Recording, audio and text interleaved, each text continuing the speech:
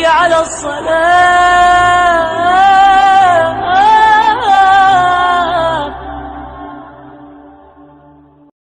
بسم الله الرحمن الرحيم.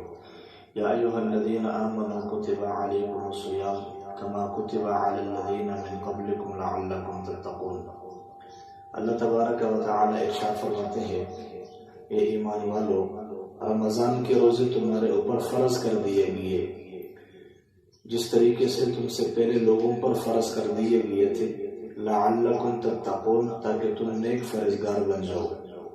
اس آیت مبارکہ میں اللہ تبارک و تعالی نے 3 چیزیں ارشاد فرمائی۔ ایمان والو، رمضان کے روزے تمہارے اوپر فرض کر دیے گئے، صرف تم پر فرض نہیں ہوئے بلکہ تم سے پہلے لوگوں پر بھی فرض تھے۔ اور اس کی وجہ ارشاد فرمائی، اس کی وجہ کیا ہے، کیوں فرض کیے گئے؟ لعلکم تتقون، تاکہ تم نیک پرہیزگار بن جاؤ، تمہاری زندگی گناہوں سے پاک اور صاف ہو جائے۔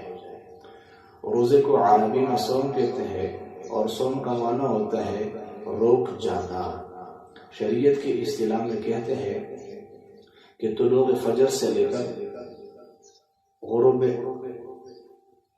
آفتاب تک 3 چیزوں سے روک جانا: کھانا کھانے سے، پانی پینے سے، اپنی بیوی کے ساتھ ازدواجی تعلق قائم کرنے سے روک جانا روزہ کہلاتا ہے۔ اب یہ روزہ کن کے اوپر فرض ہے؟ مسلمان ہو، کسی کافر پر روزہ فرض نہیں ہے۔ عاقل ہو، پاگل اور مجنون پر روزہ فرض نہیں ہے۔ بالغ ہو، نابالغ بچے پر روزہ فرض نہیں ہے۔ اب اس میں کیا تفصیل ہے؟ بچی کی عمر 9 سال ہو، بچے کی عمر 12 سال ہو، لیکن ان میں بلوغت کے اثرات نظر آتے ہو۔ اگر بلوغت کے کوئی اثرات نظر نہیں آ رہے تو ان کی طرف رمضان کی روزے کی فرضیت کے احکامات متوجہ نہیں ہو رہے۔ ہاں، جب وہ 15 سال کے ہو جائے قمری سال کے حساب سے، تب جا کے رمضان کے روزے کی فرضیت کے احکامات ان کی طرف متوجہ ہو جاتے ہیں۔ اگلی چیز دارالاسلام کا ہونا۔ دارالاسلام کیا چیز ہے؟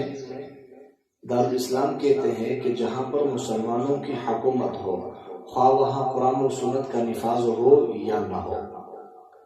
اب روزے کے ادائیگی کس پر فرض ہے؟ اس کے لیے 3 چیزیں ہیں۔ مقیم ہونا، شرعی مسافر پر روزہ فرض نہیں ہے، جب وہ اپنے سفر کو مکمل کر کے واپس لوٹ جائے پھر جا کے اس روزے کی قضا کر لے۔ تندرست اور صحت مند ہونا، اگر وہ بیمار ہے یا اس طور پر اتنا کمزور ہے کہ اس کے اندر روزہ رکھنے کی طاقت نہیں ہے تو وہ بھی بعد میں قضا کر لے۔ وہ عورت جو ایام حیض یا نفاس میں ہے، ان کے لیے بھی روزہ رکھنا جائز نہیں ہے۔ وہ ان ایام سے گزرتی ہے، جب وہ پاکی کے ایام میں داخل ہو جائے تو پھر وہ روزہ رکھنا شروع کر دے۔ جو روزے ان ناپاکی کے ایام میں رہ گئے ہیں ان کی بعد میں قضا کر لے۔ اب روزہ کس طور پر صحیح ہو، اس کے لیے 2 چیزیں شرط ہے۔ سب سے پہلے نیت کرنا، اور دوسری چیز عورت کا حیض اور نفاس سے پورا دین پاک رہنا۔